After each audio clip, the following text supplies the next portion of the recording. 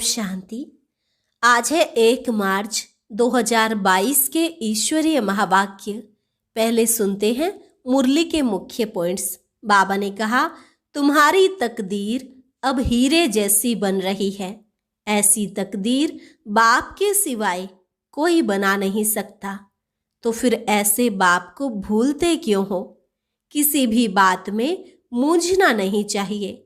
माया के तूफान तो बहुत आएंगे, लेकिन बिना मेहनत के कोई स्वर्ग का मालिक कैसे बन सकता है?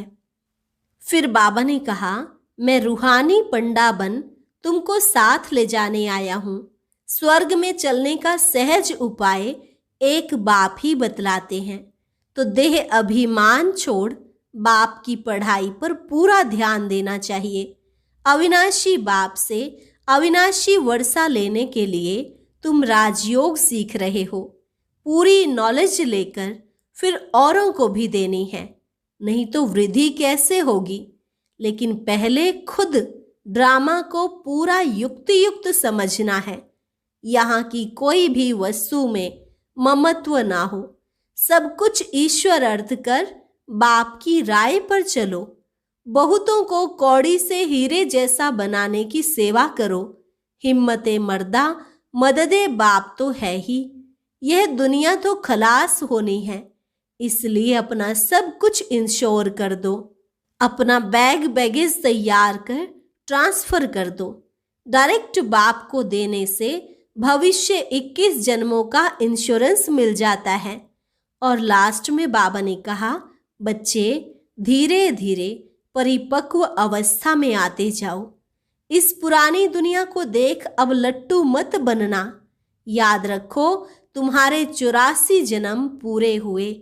कोशिश कर विजय माला में पिरो जाओ।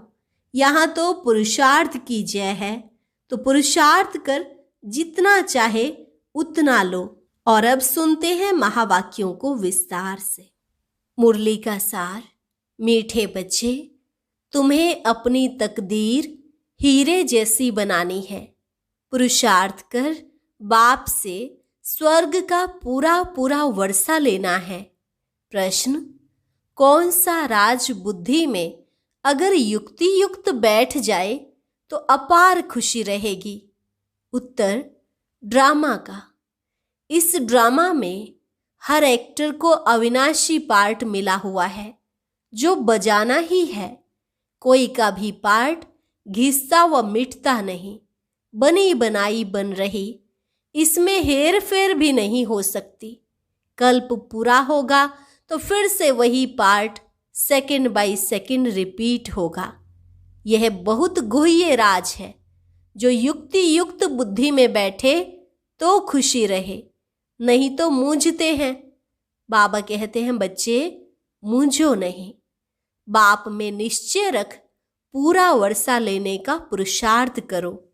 गीत, तुम्हें पाके हमने जहां पा लिया, जमी तो जमी आसमां पा लिया। ओम शांति। मीठे मीठे ईश्वरीय बच्चों ने गीत सुना।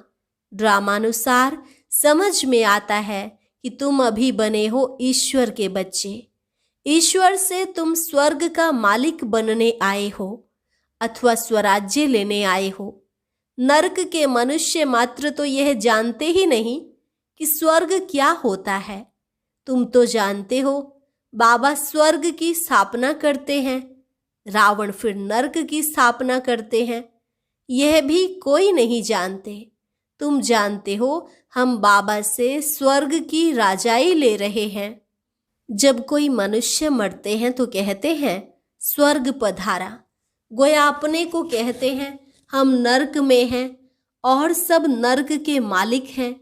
यह बिल्कुल सहज बात है, मूंझने की दरकार नहीं। तुम्हारी तकदीर अब हीरे जैसी बन रही है। हीरे जैसी तकदीर बाप के सिवाय कोई बना नहीं सकते। तुम जानते हो, बाप से हम स्वर्ग का वर्षा ले रहे हैं। नरक कितना समय चलता है? कोई को भी समझाओ तो कहते हैं सतयुग को तो लाखों वर्ष हुए। तुम हो God fatherly student. God father द्वारा स्वर्ग का वर्षा पा रहे हो। फिर बाबा को भूलते क्यों हो? यह बाबा को समझ में नहीं आता है। तूफान तो बहुत आएंगे, तब क्या बिगर मेहनत तुम स्वर्ग के मालिक बन जाएंगे? कोई मरा तो कहते हैं स्वर्गवासी हुआ, फिर रोते क्यों हो? तुमको तालियां बजानी चाहिए, खुशी मनानी चाहिए। अगर स्वर्ग में जाना इतना सहज है, फिर तो सबको गोली दे दो तो स्वर्ग में पहुंच जाएंगे। फिर यहाँ दुख में रहने की दरकार ही क्या पड़ी है? दुख में मनुष्य जहर खाकर भी मर जाते हैं। सिपाही कितने मरते हैं, एक दो को भी मारते हैं। बाबा कहते हैं सबको समझाओ, जबकि स्वर्ग गया तो फिर तुम रोते क्यों हो? वास्तव में न कोई स्वर्ग में जा सकते हैं, न वापस निर्वाण धाम में जा सकते हैं। अब तुमको स्वर्ग में चलने का उपाय बाप ही बताते हैं। स्वर्ग का रचयिता जब स्वर्ग रचे तब तो स्वर्ग में कोई जावे ना।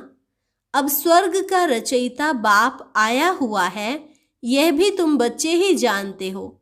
जब रावण राज्य शुरू होता है तो देवी देवताएं वाम मार्ग में चले जाते हैं। उसी समय से विकार शुरू होते हैं। रावण राज्य कब शुरू होता है उसका कोई दिन मुकर्रर नहीं है। तुम बच्चे यह थोड़े ही कह सकेंगे कि बाबा ने कब इनमें प्रवेश किया। जब साक्षात्कार हुआ तब आया। वह कब? साक्षात्कार तो भक्ति में भी ऐसे ही होते हैं। पता नहीं पड़ता कि बाबा किस समय आया। कृष्ण के आने की घड़ी दिखाते हैं, शिव बाबा की घड़ी आदि कुछ होती नहीं। बाबा तो मालिक है, कब आते हैं पता नहीं पड़ता है। यहाँ मुरली से समझ जाते हैं। बाप समझाते हैं मैं कालों का काल हूँ, मैं सबको वापस ले गया था। सतयुग में तो थोड़े थे, कलयुग में कितने ढेर मनुष्य हैं। सभी आत्माओं को वापस जाना है। जरूर पंडा चाहिए ले जाने वाला। मैं रूहानी पंडा बनकर आया हूँ, तुमको ले जाऊंगा। नई दुनिया के लिए तुमको पढ़ा रहा हूँ। नर्क स्वर्ग क्या है, कितना समय चलता है, कब शुरू होता है, कोई भी सन्यासी आदि नहीं जानते हैं। रचता भी एक है, सृष्टि भी एक है। शास्त्रों में तो आताल पाताल आदि बहुत सृष्टियां बना दी हैं, जिनको ढूंढते रहते हैं। समझते हैं एक एक स्टार में दुनिया है। बाप कहते हैं मैं फिर से तुमको गीता का ज्ञान सुनाता हूँ। क्राइस्ट को फिर अपने समय पर आना है। ड्रामा एक ही है। सतयुग में सिवाय देवी देवता राज्य के और कोई होता नहीं। अभी तुम जानते हो हम बाबा से वर्षा लेने आए हैं।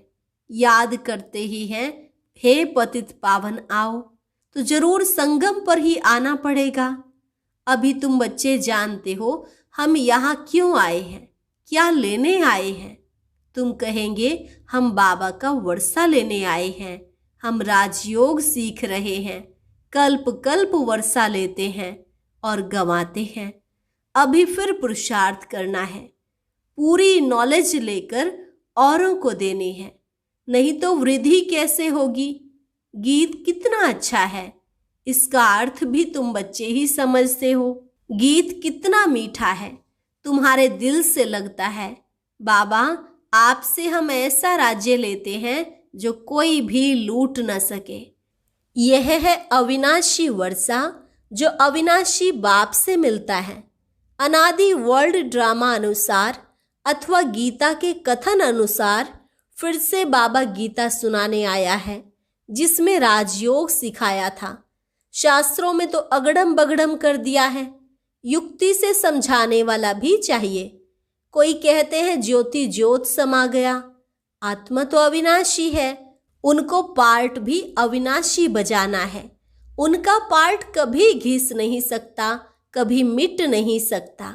बनी बनाई बन रही, अब कुछ बननी नहीं। उसमें अदली बदली भी हो नहीं सकती। कितना वंडर है, इतनी छोटी सी आत्मा में अविनाशी पार्ट भरा हुआ है। कल्प पूरा होगा तो फिर ऐसे ही पार्ट रिपीट करेंगे, सेकंड बाय सेकंड वैसे ही पास होगा। ड्रामा को भी पूरा युक्ति युक्त समझना है। कई तो इन बाणों में मूंझते हैं। पहले तो बाप में निश्चय होना चाहिए कि बाप से जरूर वर्षा मिलना है। कल्प कल्प भारत को ही मिलता है। 84 जन्म भी लेने पड़े, वर्ण भी जरूर समझाते हैं। यह स्मृति एक दो को दिलानी है कि हम बेहद के बाप से बेहद का वर्षा ले रहे हैं। सभी तो नहीं आकर पढ़ेंगे।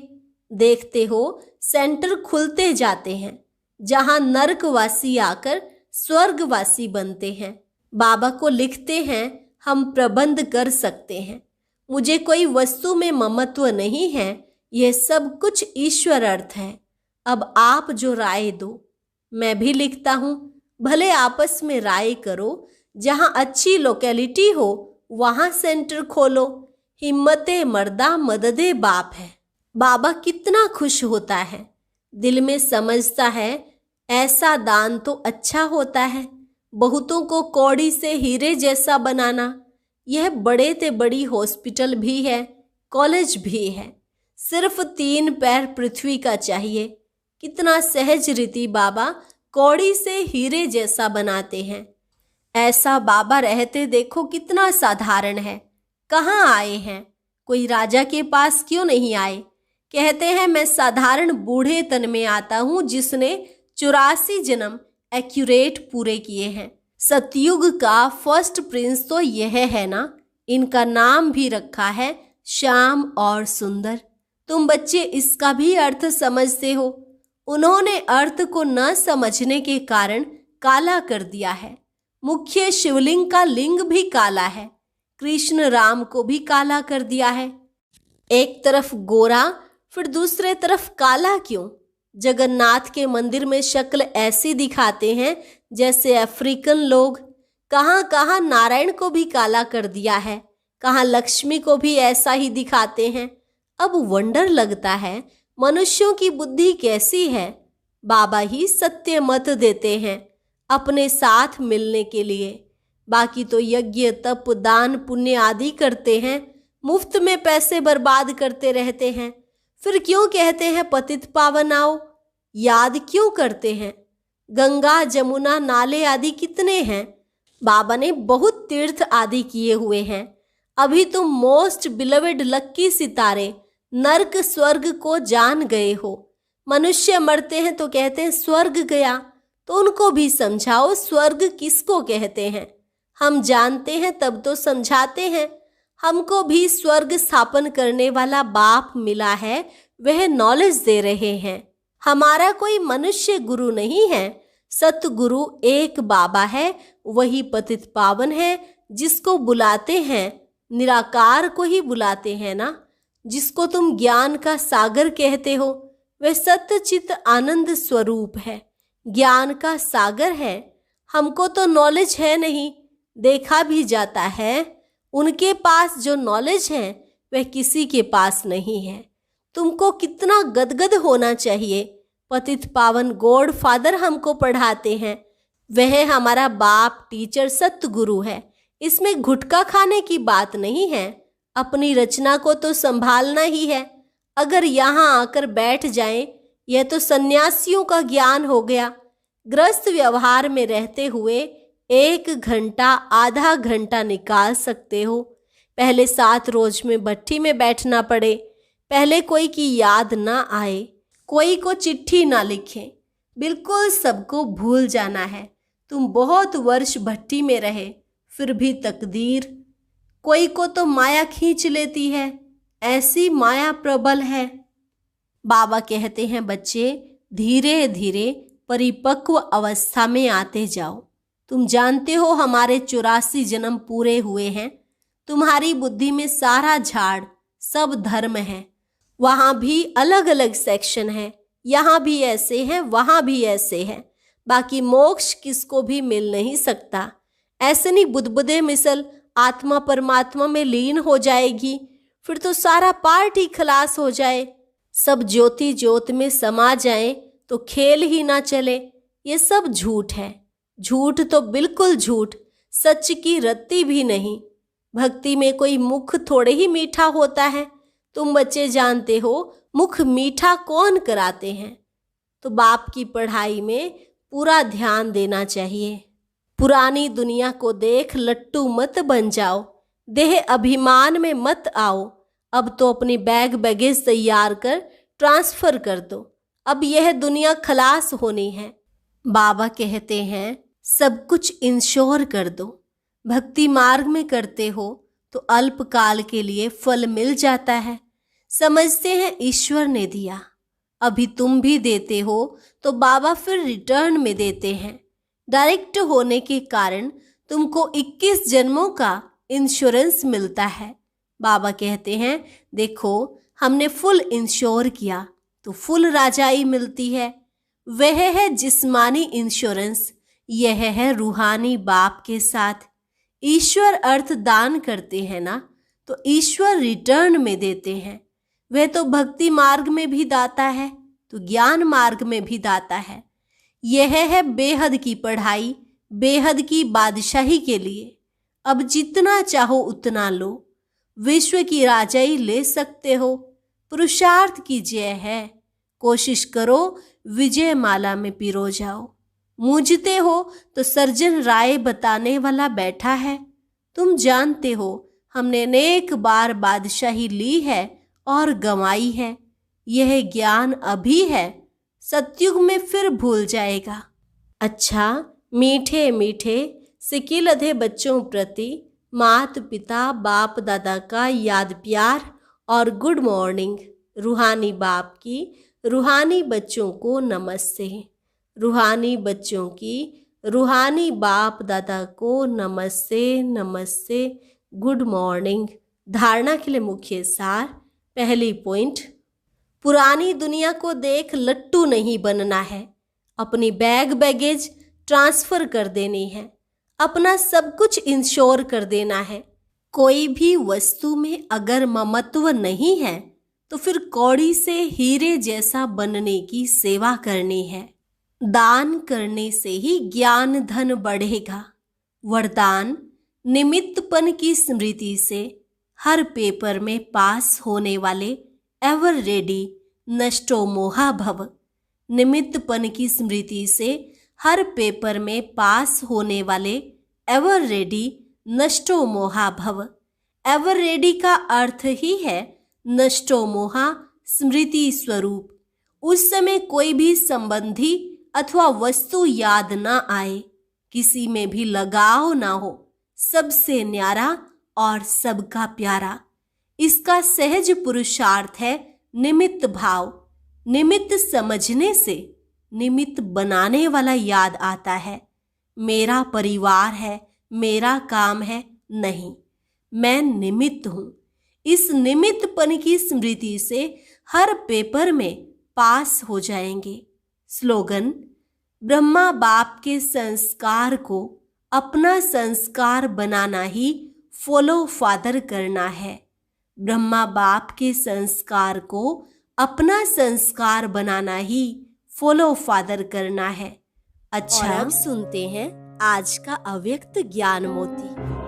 ये एक बहुत संस्कारितापूर्ण वीडियो है, जरूर देखें, कोई भी मिस ना करे।